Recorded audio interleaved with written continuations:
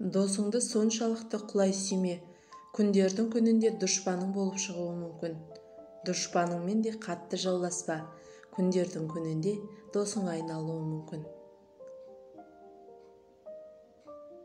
Кісінің аманатының уақытында құтыл, еңбегіңе қиянат жасаған адамға сен қиянат жасама. Киімдерің жарасымды болсын, ат көліктеріңді жарамды ұстаңдар. Бір әйелге үйлену ниетің бола қалса, алдымен оны бір көру теріс емес. Аллаға ең сүйіктілер мінезі көркем болғандар. Шақырған жерге ғана бар.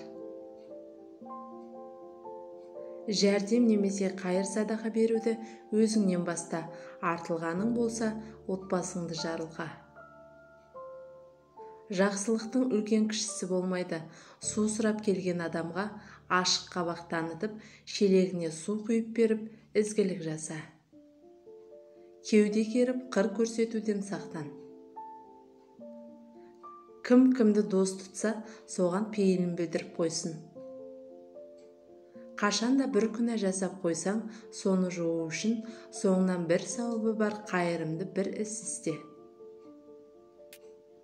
Егер 3 кісі болсаң, екеуің 3-ші адамға естіртпей сыбырласпаңдар, өйткені бұл қылық оның ренішін оятады. Барлық істе турашыл болып, адамдармен сыпайы қарым-қатынас жасаңдар. Өзгеге кең пейілді болсаң, олар да саған пейілмен қарайды. 5 түрлі адамның пейішке баратынына кепілдік беремін. Мұраларын бөліскен кезде бір-біріне қиянат жасап, зұлымдыққа бармайтындар, өзгелерді де өзіндей көріп, ынсап қылғандар, дұшпанға қарсы соғыста құрбан болғандар, олжа бөліскенде қиянат жасамағандар, зұлымдардан қорлық көріп, қиналушылардың ақысын өндіріп бергендер.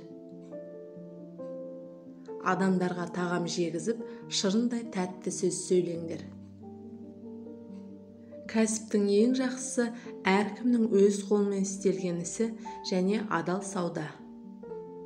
Аштарға ауқат беріңдер, аурулардың көңілін сұраңдар, қыжалат адамдарды қиындығынан құтқарыңдар. Ұйықтаудан бұрын қақпаларды бекітіп, су және азық-түліктің бетін жауып шамды сөндіру керек. Жабатын нәрсе табылмаса, ыдыстың үстіне бір тал таза шөп тастаңдар. Жақсылықты қабағы ашық, жүзі жарқын адамдардан күтіңдер. Біріңмен бірің сәлемдесіп жүріңдер, сонда ғана араларыңда мейірбан, махаббат оянады. Иманның абзалы сабырлық пен кең пейілдік. Ұйқыдан тұрған адам қолын 3 рет жумайынша ыдысқа салмасын. Тағамды суытыңқырап ішіңдер, өте ыстық күйінде оның берекесі болмайды. Перзенттеріңнің бәріне бірдей мейірбан болыңдар, оларға киім мен тамақты тең бөліңдер. Қыздарды күйеуге беру жөнінде аналарымен ақылдасыңдар. 2 жүзділіктің белгісі 3: өтірік айту, уәдеде тұрмау, аманатқа қиянат жасау. Егер біреу сені ғайбаттаса, немесе жоқ айыптарды тағып қорласа, сен сонда да оның бар айыбын бетіне басып кінәлама, сонда кінәсі оған, сауабы саған болады. Садақаның абзалы жетерлік байлығы болғанда берілген садақа, төмендегі алушы құлдан жоғарыдағы беруші құл жақсы.